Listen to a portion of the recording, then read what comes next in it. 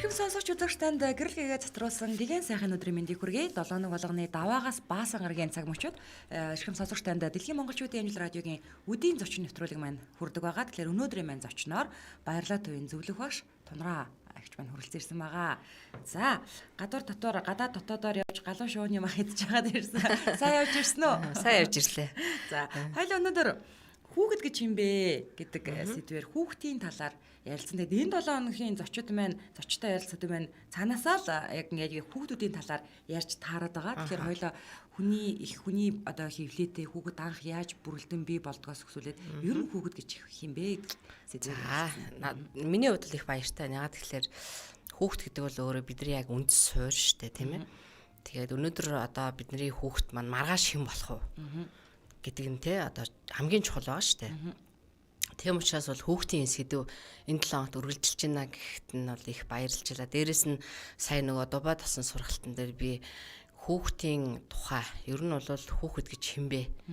Хүүхэд яагаад энэ хорвоо дээр ирдгийг те ямар учиртайгаар энэ хорвоо дэлхий дээр одоо хүүхдийн хүн болж төрөөд тэгээд цаашлаад ямар хувь тавилан ямар хуу одоо замаар явж ич ингээд одоо өөрийнхөө жинхэнэ тэр одоо очих хэвээр газараа очдгийн ч гэдэг юм уу те энэ талын одоо мэдлэгийг хүмүүст түгэх зорилготойгоор өөрийн гэсэн брендийг бий олох одоо тэмчиг авсан байгаа.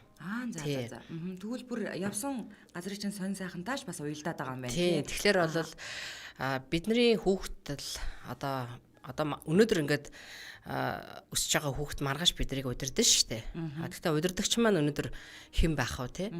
За удирдахгүй маа гэхэд өнөөдөр бидний хүүхдүүдийн төлөө л одоо бараг шахам явцгааждаг улсууд тийм ээ. Тэгэхээр бол хүүхэд хамгийн чухал бүр ерөөсөө одоо бидний нэгдэж явах өмсөж зүөхээс чинь чухал. Энэ одоо тий оршин тогтнох нөхцөл бол ерөөсөө хүүхэд юм байна.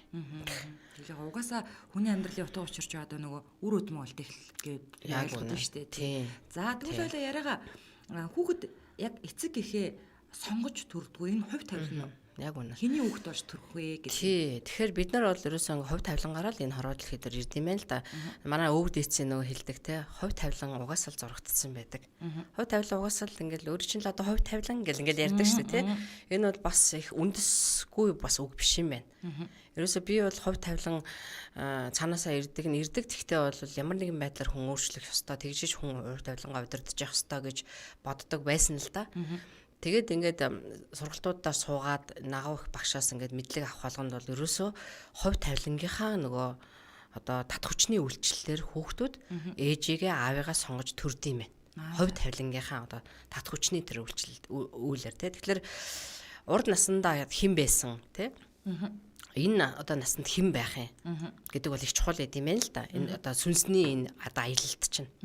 Бид бол нөгөө нэг хэсэг төрөөл дараагийнхаа одоо төрлийг авах тийм шилжилтийг хийгээл ахаал дараагийнхаа одоо шилжилтийг ингээл явж идэг ийм байгалийн одоо энергийн одоо цогцолтой. Тэгэхээр бол хүүхдүүд ээж аваагаа сонгож төрдөг гэж байна. Ээж аваагаа сонгож төрөөд нөгөө үлийн үр карманы мэдээлэл одоо хэр зэрэг энэ ээж аавдаар ирснээрээ би те одоо өөрийнхөө хувь тавиланг хэрхэн цаашаа авч явах гэдгийг мэддэг гэж байгаа. Тэгээд ээж аваагаа зорж ирдэг хүүхдүүд. Тий. Дээрэс нь бол хичнээн хувь тавилан байгаад одоо зарим хүүхдүүд бол одоо хэцүү зовлонтой айл төрдөг те. Зарим нь бол одоо их сайхан баян тарган сэтгэлэн айл төрдөг гэл ингээл янз янз байгаа шүү дээ. Гэтэл хүн хаанч төрж боллоо гэхэд нэг хувь тавилан гэдэг нэг байна да тий. Хувь тавилан. Хувь тавилан байхад за энэ ингээл миний хувь тавилан болоо гэд ингээд сууж идэг юм байна. Хувь тавилан гэдэг бол одоо бидний энэ насанд ингээд тий ямар нэгэн хувь тавилангаар яваад байна да. Зарим нь бол ингээл бүдрээл, зарим нь л босоол, зарим нь ингээл унаал, зарим нь л одоо яадаг тий ингээл энэ хувь тавилангаас одоо дараагийнхаа хувь тавилан руу ингээд одоо орох тэр шилжилтийг хин чиглүүлж өгдөг вэ гэхээр бид нар чиглүүлж өгд юм байна. Бид нар чиглүүлж өгөнгүүт тэр хүүхэд өөрөө тэн дээрээс нөгөө сэтлүүдээ аваад яг энэ наснда тий одоо яг энэ амьдарч явах хугацаанд өөрийнхөө хувь тавиланг өөрөө одоо зохиодог гэсэн үг. Өөрийнхөө хувь тавиланг өөрөө цааш нь ингээл нэг юм одоо ач холбогдолгүй юм шиг хувь тавилангаар яваад байхгүй те ач холбогдолтой яавал би одоо энэ хорвоо дэлхий дээр ингээд зөв зэгцтэй те өөртөө ихтэй яг ингээд өөрийнх нь туулах одоо замаас те одоо хувь тавилангийн тэр урдлын замаас ахаад цаашаага дэвшилттэй зам руу өсөрж орох вэ гэдгээ бол хүүхэд өөрөө шийддэг. Энийг чиглүүлэгч нь бол бид нар байх хэвээр. Гэтэл өнөөдөр бид нар томчууд яаж нэ өөрийгөө ч учрыг олохгүй явчих. Юу энэ төр хүүхдийг чиглүүлэх мандтай те. Нэг одоо үнэтэй сургуульд өгчөөл тэгэл сургуульд өгөнгөт оруулж хаалгана хаачаал ингэ болчлаа гэд бодчихс. Би ч тийм байсан өөрөө. Одоо хоёр хүүхдээ бол үнэтэй сургуульд өгсөн. Одоо болчлоо гэл те. Нэг нь Орос 14-т өгчсэн, нэг нь Ариус сургуульд өгчсэн. Тэгэл би болчлоо. Одоо миний хоёр хүүхдээ ингээл одоо супер гэж бодсон. Гэтэл өнөөдөр бол нэг хоёр хүүхд маань бол хоёлаа учраа олоогүй те. Одоо ингээл яг л яхаа мэдхгүй сууж. Энэ бол би чиглүүлж өгөөгүй. Би чиглүүлж өгөх арга ухаанаа олоогүй байсан тэр үед. А гэтэл гурав дахь хүүхдээр бол би яг нэг туршлагацсан те. За энийг бол ингүүл яадаг юм бол тэгвэл яадаг юм бол. Энэ хүүхдүүдийг одоо бид нар ингэдэг шүү дээ хатуу гараар өсөг. А эсвэл бол зарим нь одоо тэгдэг шүү дээ те. Одоо хайрлаатай. А зарим ээж аав нар эмээ өвнөр тэгдэг шүү дээ энэ эрхийн тэнэг болчоод гэдэг. Энэ хэний буруу вэ гэхээр энэ бол ерөөсөө эцэг эхчүүдийн өөрсдийнхөө очрыг олоогүй байгаа хүмүүс одоо нэг хүүхдүүдийн чигийг зааж өгч чадах уу? Хүүхэд хин ч биш байх ч болохгүй байгаа байхгүй юу? Хүүхэд заавалжгүй хин нэгэн байх хэвээр. Бид нар өнөөдөр өөрсдөө хин ч биш байна шүү дээ. Тэ яахаа мэдэхгүй байна шүү дээ. Энэ их хөрөнгө зойр, энэ их мөнгөний төлөө энэ тэ одоо явж байгаа энэ хүмүүсийн утга учиргүй энэ одоо аян те энэ хэсэг одоо хугацааны энэ аян бол ямар ч замбараа захгүй өнгөрч штэ. Тэгэхээр хажууд байгаа хүүхдүүд яг эднэр шиг бид нар шиг өсөж болохгүй. Тэгэхээр эн чинь цаашаага н улс орны хөгжил цаашаага одоо бидрийг удирдан чиглүүлж явах хүмүүс маань хүүхдүүд маань байгаа. Тийм. Тэгэхээр хувь тавилан байгаа юм. Ижээ аавыгаа сонгож ирж байгаа. Хамгийн гол нь сонгож ирж байгаа энэ ижээ аав өөрөө хүүхдүүдийг чиглүүлэх чигтэй байна. Баримжаатай баймаар байна. Зүгээр л нэг л босоод ирэхээр нь хувцсыг өмсүүлдэг, хоол нөгдөг. Тэгэл даарчгүй, хөрчихгүй гэл ингээл нэг болгоомжилдаг те. Тэгэл амар шүү, хэцүү шүү гэдгийг л хэлж өгдөг. Тэгэл жоохон том болоод ирэхээр ляндаа чи чамааг одоо харахаар хэцүү санагдаж байна даач гэдэг юм уу те. Ингээл өөлөөл мяалал хэлдэг те. Тэгэхээр хүүхэд яах авчраа олохоо болоод барьцаалдаад тэгэд яг үнэндээ бол хинбэ гэдгээр ус ойлгох болчихдог.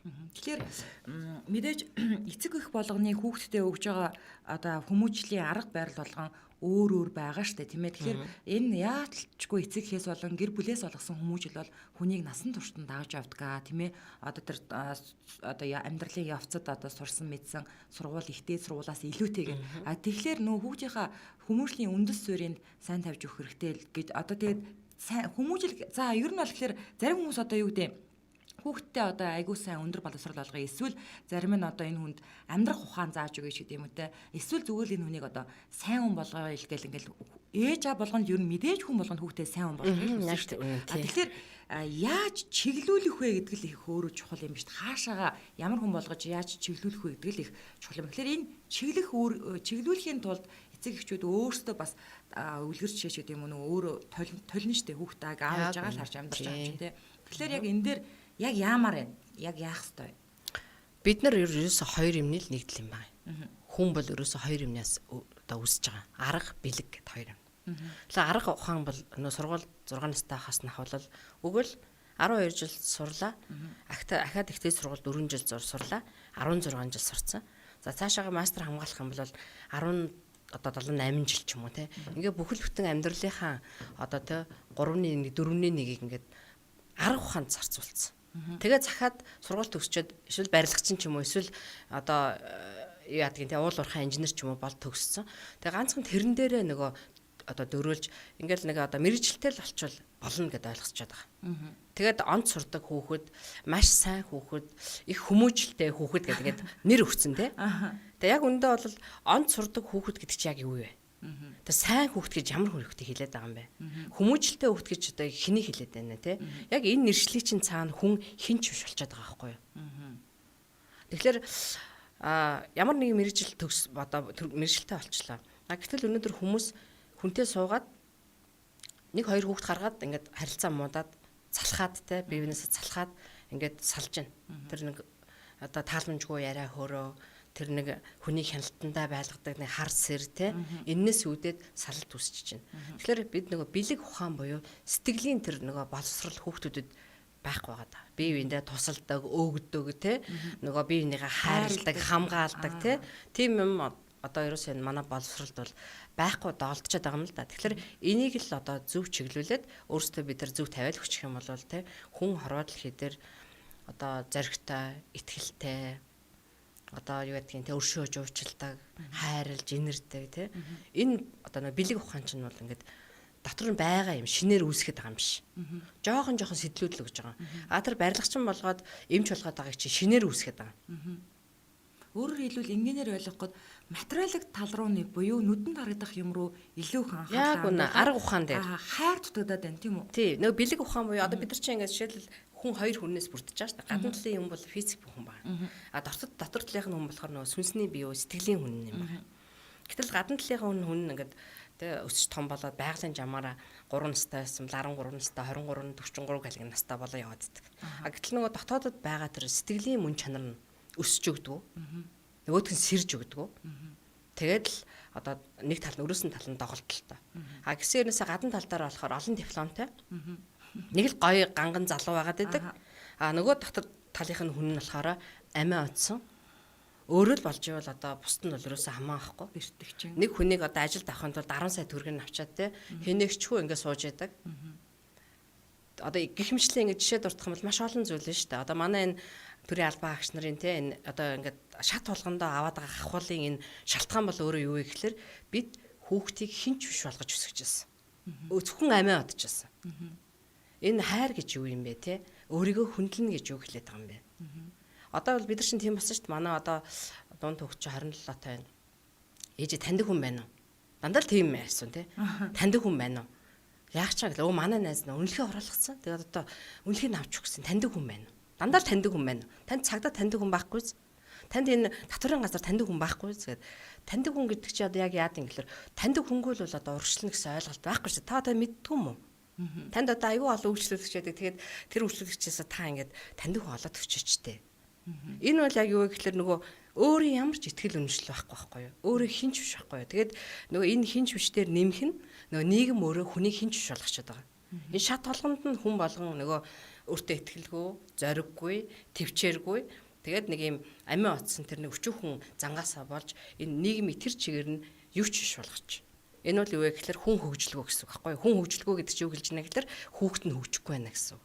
Хүүхэд нь яагаад хөгжихгүй байгаа юм бэ гэхээр нөгөө бэлэг ухаан буюу арга билгийн бэлэг тал нь алдагдсан буюу сэтгэл зүрх нь байхгүй. Тархиндаа маш их мэдлэгтэй, олон дипломтой. Тэгсэрнээсээ хүйтэн, хайргүй.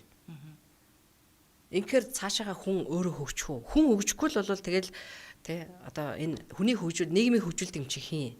Хүн штэ. Энэ улс орны хөгжүүлдэг нь хийн? Хүн штэ. Хүн хинээс эхэлдэг? Хүүхдээс л эхэлнэ үстэй. Тийм ээ?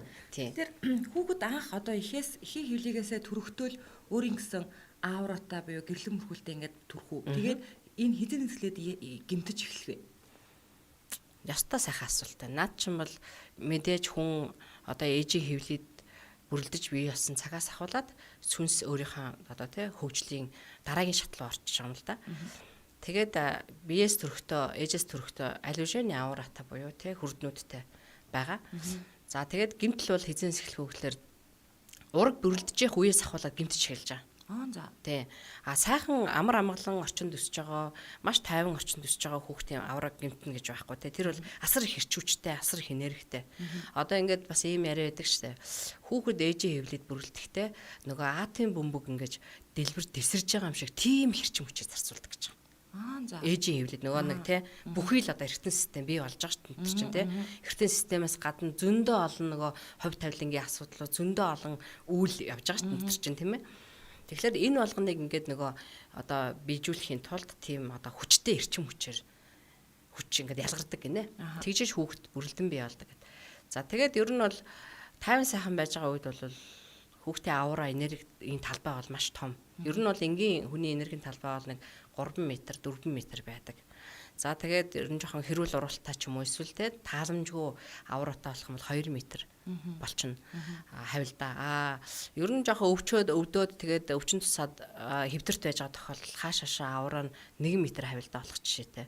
Тэгэх юм бол нөгөө нэг осондоо бол үхэл ирж байгаа буюу нөгөө амин орон руугаа одоо орж ийнэ гэсэн үг. Нэг авар нь хөнигдаад.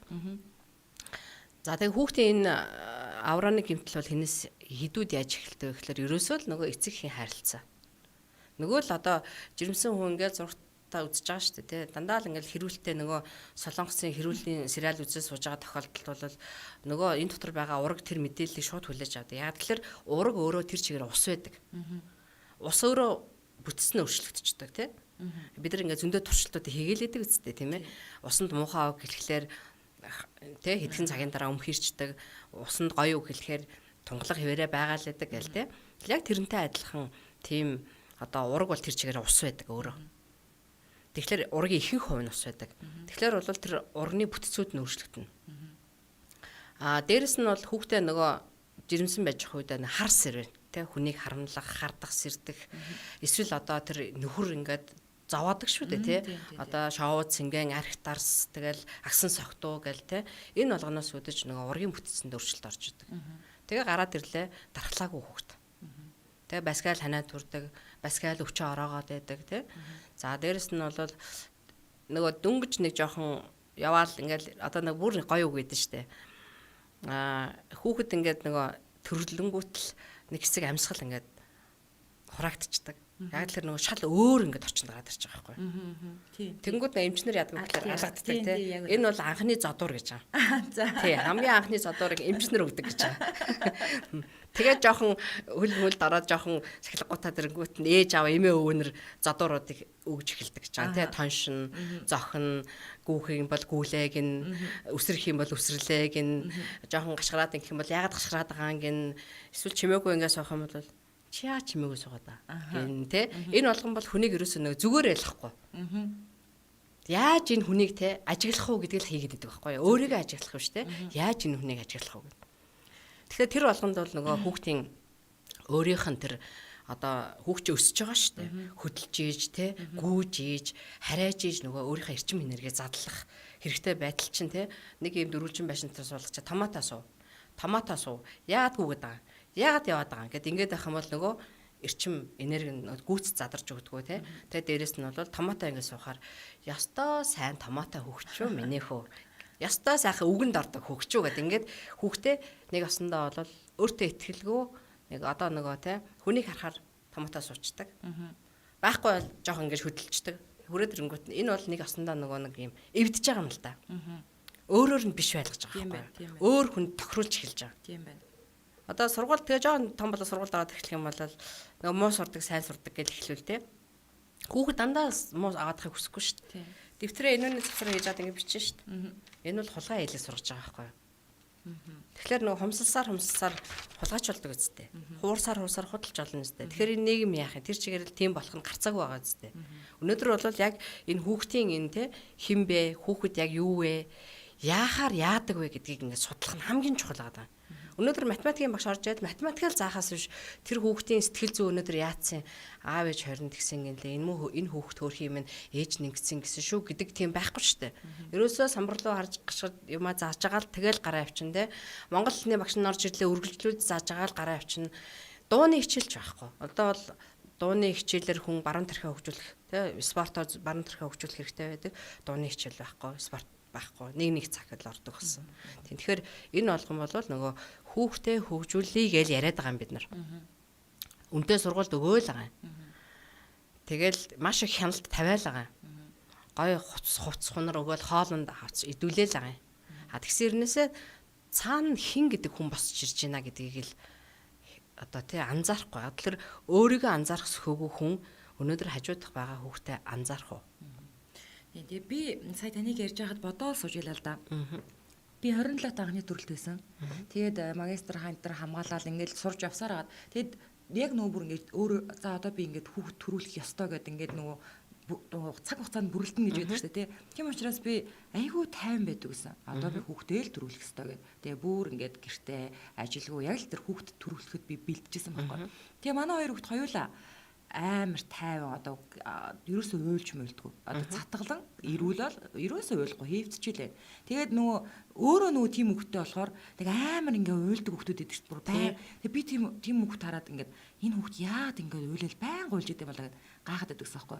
Энэ бас одоо ямар нэгэн одоо тэр юу гэдэг юм тань түрүүний таны хэлсэнчлэн одоо тэр одоо анх тэгвэл ээж нар тэгвэл ерөөсөө л төрхтөөл бэлдэх ёстой юм байна шүү дээ. Хүүхдээ бүр яг бүрлдэж байгаа явцад нь л тэр хүүхдээ эрүүл сарвал сайхан хүүхд төрүүлэх гэвэл бас тэрэнд маш анхаарч явах ёстой. Өөрөө тайван байх ёстой байна тий. Хоол ундаа сайдж явах, зохицуулж идэж явах ёстой байх нь. Амарч явах байх нь. Тэгээд төрснийхөө дараа тэр нэг уйлдаг хүүхэд ялангуяа ингээл бүр цочиж үлээ. Тэгээ бүр хүн оруулдгүй айлч байдаг шүү дээ. Манай хүүхэд ингээд тийм. Ийм ямар учиртай юм бэ? Яг төрснийхөө дараа хүүхдүүд ийм бас ян занз байд юм бэ? Тий.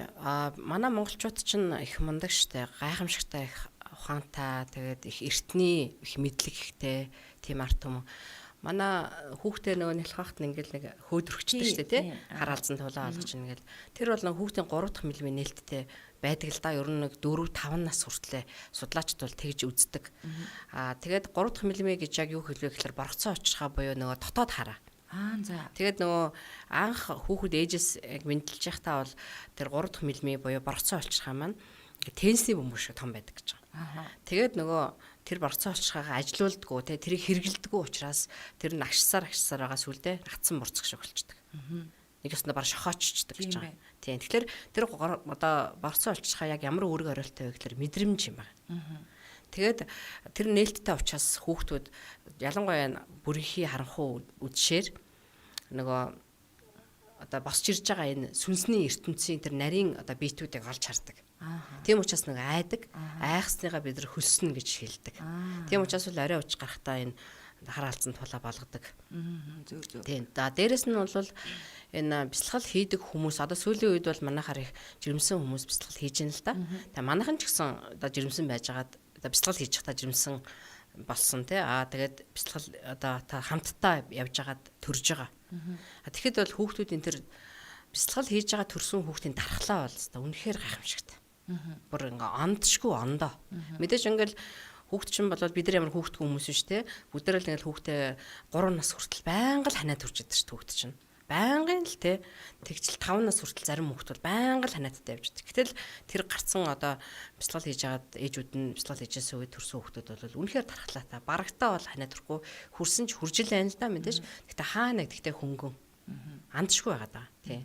Тэгж уйлаад байдаг ч юм уу эсвэл нэг тийм тавгүй байдаг хүүхдүүд дээрэс нь бол ээжийн сэтгэл зүйтэй их холбоотой байдаг л да. Тайван амгалан биш ээжүүд байдаг тий.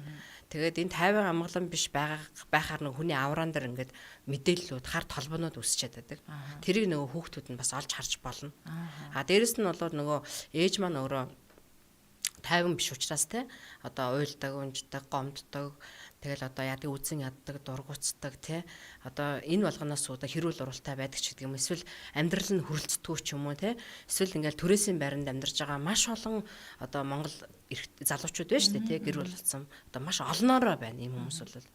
Тэгэхээр энэ байдал дараагийн төрөөсний мөнгө ч гэдэг юм уу тий. Эсвэл одоо нөхрийнх нь авсарж байгаа цалин цохог хөрөлцөхгүй байдлаас ч үгдээд юм уу. Ингээд юусоо тааламжгүй байгаагаас үүдэж ээж сэтгэл хямардаг. Тэрнээс үүдэж бас хүүхдүүд их ойлгоо. Дээрэс нь бас нэг чухал юм бол газрын байрлал их чухал гэдэг юм бэл. Газрын байрлал.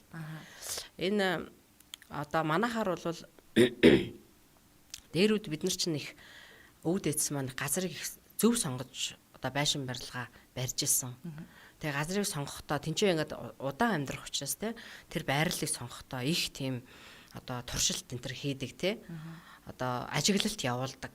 Тийм байсан юм билэ. Жишээлх юм бол одоо ингээл одоо энэ газар нүүнэ гэх юм бол морь оруулдаг ч байд юм уу те. За тэр хавийн одоо намаг шалбааг ажигийг ажилтдаг ч байд юм уу. Торхойтой янз бүрийн тийм усны одоо судал модал байх юм бол тэрэн дээр байшин саваа байрдаггүй ч байд юм уу те. Одоо бол бид нарт газар л алдвал ерөөсөө тэгэл нөхс үг болгонд л ингээд байшингаа барьцдаг болсон. Тэгээд сайн газар муу газар гэж бий л дээ. Гэтэл тэр сайн газар муу газараач ажиглахгүй барилгын компани газар авлаа, барьлаа. Тэнцээ нь маш олон нэлхнайтан хүүхдүүд өсч тоон болж торинжин те. Маш олон ээж аав гэр бүлүүд тэнцээ амьдарч байна.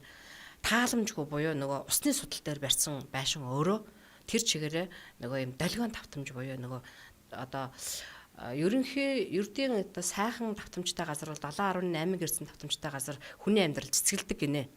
Гэтэл усны судалтаар барьсан байгаа газар бол одоо тийм маш өндөр давтамж өсчихөж байгаа. 80 гэрц, 150 гэрц. Яг энэ давтамж дээр бол нөгөө нялх хүүхд төрөөсөө байнгын уйлж унжиждаг. Бас Тэгээ зөнгөөрөө нөгөө яг тэр газар бол нэг онтолцсон байхад зөнгөөрөө өнхрөөд өөр газар очсон ч байх жишээтэй. Тий. Нохоо бол өрдөөсөө тийм газар бол тогтодгүй гэж. Нэг өсөндөө бол нэг гудран гэдэг өвчин бол маш их тусдаг. Муур бол яг ороолал ингээд тавьчихад бол муур яг тэр газар очиж суудаг. Яг тэр муур өөрөө энэ аливаа зүйлийн энергийг тэнцвэржүүлж идэг юм та. Бидний жоохон бахт муурны тухай нэг муухай үлгэрүүд гардаг байсан шүү дээ. Тэ муур эзнээ багал зурддаг, муур яадаг гэдэг ч гэнэ тэ. Муур хараалтай гээл. Тий, муур эзнээ юугаа хараадаг, цохид зодвол яадаг ч гэнэ ингээд тийм. Гэтэл орсууд бол ингээд шинэ байшаа авч та муур оруулдаг. Ер нь бол ингээд муурны тухай бас зүүмлэгийн тулаан янз янзын юмд орж байгаа хүмүүс муурны тухай их ярьдаг, бичдэг тэ. Тэгэхээр муур гэдэг чинь өөрөө уг нь бол их тийм энергийг тэнцвэржүүлдэг юм тийм билээ шүү дээ. За. Тий. Гэтэл бол энэ муурны тухай явуулж байгаа мэдгүй муур ч юм уу одоо энэ одоо хүмүүсийн яриа хөөрөө те энэ Монгол хүмүүсийн энэ энергийн тэнцвэрийн алдагдал энэ төр бол тэр чигээр айгүй том гүнзгий бодлого юм шиг надад санагддгийн сүүлийн үед. Их том бодлого. Энэ жижиг ард түмнийг те ингээд энергийн тэнцвэрийн бүр ингээд юучгүй болтол нь унахчих. Тэр оролдлого бол их том байсан юм болоо да. Би болохоор зэрэг яг шинэ байр авахдаа муур оруулаад гаргадаг мэднэ л дээ. Гэхдээ тэрийг болохоор зэрэг би нөгөө муурыг одоо муу юмыг одоо юу гэдэг тэр байрлал муур орохгүй бол одоо тэнд муу энерги юм ч гэдэг юм уу те оруулаад гарахаар тэр муу энергийг арилгаж ийн ч гэдэг юм уу те гэдэг тэр зүгээр муу энергийг арилгахад муур одоо нөгөө харддаг юм байна гэж би ойлгоод байдаг аахгүй. Тэгэхээр чинь муур бол өөрөө энерги тэнцвэржүүлэгч юм тийм тий. Дээрэс нь бол нөгөө тэр байшин дэгээ ороход хэрвээ муу юм байхгүйсэн ч гэсэн тэр усны судал дээр очиод хэвтчихдэг байгаа байхгүй. Тэгээд тэнцвэ нэг осондоо бол тэр хэвтчихна гэдэг чинь тэр энерги тэнцвэржүүлж байна л гэсэн үг. Зүгээр ямар нэгэн байдлаар сүнс үлдтэй байшин ч гэдэг юм уу тийм байшин байлаа гэтэл муур оролцсон байхад тэр холдоод зайлчдаг гэдэг бас тийм юмнууд бол байдаг. Тэгэхээр бол одоо уйлаад байгаа хүүхдийн хувьд бол их олон талын шалтгаанууд байгаа дөө. Тэгээд хамгийн гол нь бол хажууд нь байгаа өсөж байгаа хүмүүс нь л маш сайхан тайван амгалан тэгээд хүүхдтэйгээ харилцаж байгаа харилцаа нэлхнотон байх тусмаа ярилцдаг тий байнга ярилцдаг. Чиний уйлаад байгаа чи надад тааламжгүй байх шүү. Чамд өөрт чинь ямар байна тий чи одоо памперс нэгэд тий солих хэрэгтэй байсан юм уу яасан ингээд байнга ингээд ярилцаж хэрэгтэй юм байлээ. Бид нар жижиг гихгүйгээр тий бид нар жижиг хүүхд гэхээр л нэг их юу ч мэдхгүй гэж ойлгоод байдаг боловч жижиг хүүхдийн дотор маш хөгшин сүнснэл сууж байна.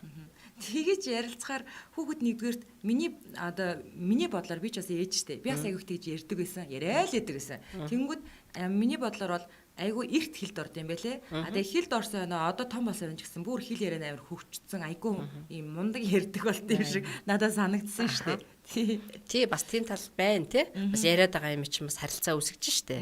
Тий. Тэгэхээр нөгөө та түрүүн сая боргоцоо булчирхаа гэд ярьсан шүү дээ тий. Тэгээ нөгөө ингээд томорсоо боргоцоо шиг байж байгаад ингээд жижигхэн мэг болчдөг. Тэгэхээр нөгөө хүүхэд ингээд байдаг шүү дээ ингээд одоо настай хүмүүс энэ хүүхэд намайг хараад уйлаад байна. Над дээр ирэхгүй гэрвшээд байна. Надаас айгаад байна. Миний би жаахан таар байгаа ч юм уу. Эсвэл би хүүхэн ойртчтэй ч гэдэг юм уу. Гэтэл огт танихгүй хүнийг ч юм уу хараад ингээд инээгээд байдаг шүү дээ. Тэгэхээр тэр хүүхэд яг тэр нөгөө боргоцоо булчирхаа одоо нөгөө хаагаагүй байгаа учраас тэр хүний аура гэрлэн бүрхүүлийг олж хараад байна уу? Тий, ер нь бол одоо сүүлийн үед ирж байгаа энэ индиго огт бол баг ирэхгүй байгаа гэж байна шүү дээ. Одоо кристаллан хүүхэд алмазан, солонгон, старс, саалуусан энэ гэдэг одоо бүр тийм өндөр түвшний мэдрэмжтэй хүүхдүүд ирж байгаа. Тий, биднэрд ч гэсэн тийм хүүхдүүд маш олноороо байгаа. Даанч бид нар тэрийг нөгөө хин индигогийн хин нь одоо саалуусааны те хин нь старс гэдгийг олж тогтоох тийм чадамж бол Монгол оронд одоохондоо алга байна л да. Тийм гэхдээ явандаа бол орон маань их сайхан өдрөөр өнгөлөн те өөдрөг болж сайхан одоо дээшээ явуулна гэдэгт бол итгэлтэй байгаа. Тэгээд энэ хүүхдүүд жишээлх юм бол кристалл хүүхд гэж ямар хүүхдийг хэлж байна гэхэлэр энэ ДНХ-ны бүтцэнд нь кристаллчсан гэж байгаа. За. Тий. Нэг юм одоо түүх байдаг л да. Африкт нэг хүүхд төрсөн байна. Тэгээд төрөхдөө доохтой төрсөн. Тэгээд эмчнэр үзээд за энэ хүүхд бол ойлгомжтой. Одоо гээ явсан. Гэсэн 6 жилийн дараагаар нөгөө хүүхд амьд байжсэн. Тэгээд шинжилгээ судлаад одоо цусны шинжилгээ авсан чинь ДНХ-ны бүтцэнд нь өөрчлөлтөө буюу кристаллчсан. Бид нар бол ДНХ-ны 64 нэгж кодны 24 ашиглалт юм байна л да. Одоо ердийн хүмүүс бол. Гэтэл тэр хүүхд болохоор 2-оор илүү одоо ашиглаж исэн гэж байна. 48 тийм. Тэгэхээр тэр хүүхд яах вэ гэхээр ямар чадамжтай вэ гэхээр өөрийгөө ангаагаа зогсохгүй хажуудаа байгаа хүний ангаана гэж байна. Өө за. Тий. Тэрнээс гарч байгаа тэр нөгөө нэг гэрлэн бие тий нөгөө эрчим энерги соронзон талбай тийм одоо хүнийг эрүүлжүүлэх тийм одоо тий процесс явагдчихдаг. Энэ хүүхдийг бол кристалл хүүхд гэж. Тэгээ тэр хүүхдүүд бол маш юм өндөр мэдрэмжтэй тий. Тэгээ зүүн бэлэг мэдрэмж асар өндөртэй. Тэгээд хүний авраа гэрлэн биеийг бол одоо бага наснд битгий ээлдээд нэлээд том болцсон хойноо ч гэсэн хараад тэрийг одоо онцлох тийм бүрэн боломжтой. Тэгээд эцэг эхчүүд нь хэлэхлээр бити хачин юм яриадаа сони юм бити хэлээдэ гэдэг ингээд үгүйсгээд байдаг тий. Хаа нэг ганц нэг тийм бас сайхан тийм ээж аав нар хүүхдэд агуулад орж ирдэг. Энэ хүүхд ингээд ах юм ямар учиртай юм бол одоо яах вэ гэдээ орж ирдэг. Тэгэхээр тэр хүүхдүүдийг илүү их хөгжүүлэх хэрэгтэй байдаг. Илүү хөгжүүлэх юм бол биднэрт хэрэгтэй юм байна. Бодол та тий хажуудаа байгаа өөрийгөө ангаагаад хажуудаа байгаа хүнээ ангана гэж штэ. Тэгэхээр ангаалт гэдэг чинь одоо өөрөө юу болж хуурж байна гэдэг чинь бас өөр юм болоод хуурчиж байгаа байхгүй юу? Тийм байна. Тийм. Тэгэхээр бол бид өнөөдөр өөрсдөө их тийм нөгөө одоо ухамсарын тийм сэрэлт одоо үүсээгүү те ухамсар нь сэрээгүй учраас тийм хүмүүсд унгаадаг. Чи бол ерөөсө сурах чамд боломж алга. Чам шиг 0.1-т ерөөсө энэ хэрэг алгач гэдэг юм уу те. Чиний байгаа байдалчтай чаавста энтерч гэдэг юм уу те.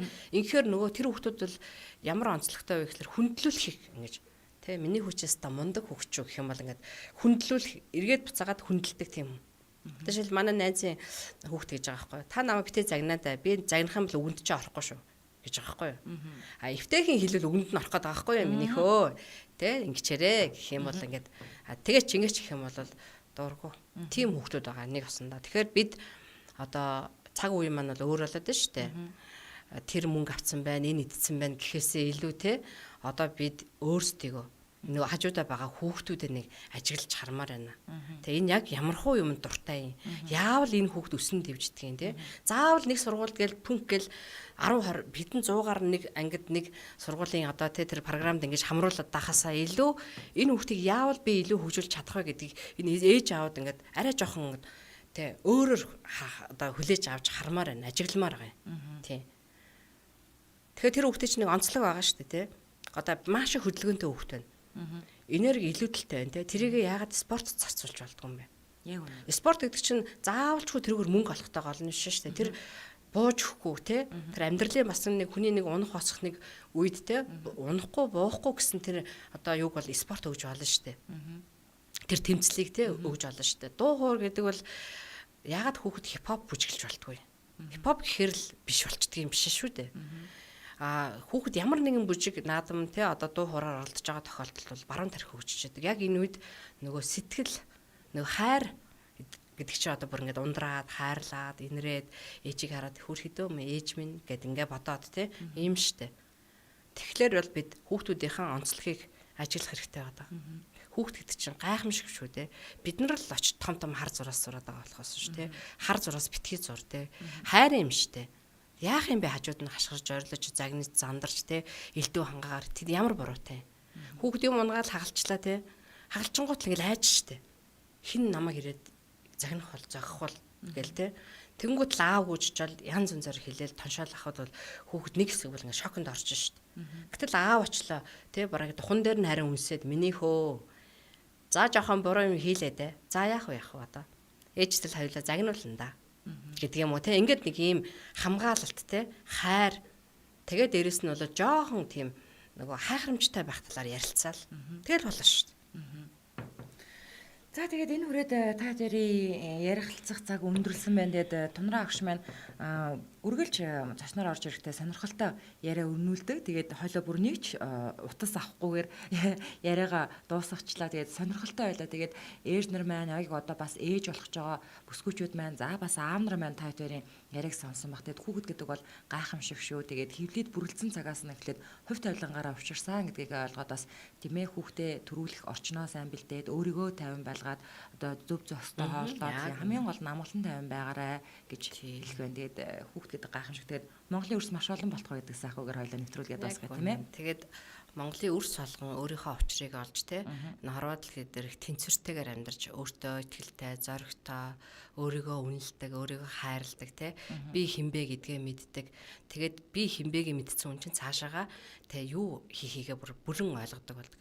Би хинбэгээ л мэдэхгүй бол тэгээд цаашаа хинбэ гэдэг яах ёстойгоо ерөөсөө ойлгох боломжгүй юм билэ. Тэгээ бүх хүн тэгээд өөрийгөө олгосоо За алгалаа. За өдөр сонирхолтой яриаар өрнүүлсэн баярлалаа төвийн зөвлөх багш Дунраа гişтэй баярлалаа. За баярлалаа. Ажлын амжилт хүсье. Тэгээ бас сайхан шинлэрээ нэрээ одоо ингээ 2 7 хоног цагаан сар боллоо. Зарим сонсогчдаа цагбарын ихэнд явдаг шуурхаа мэдээг үлээ авч сонссны дараа 14 цагт өдрийн хөтөлбөрт надтай хамт байгаарай.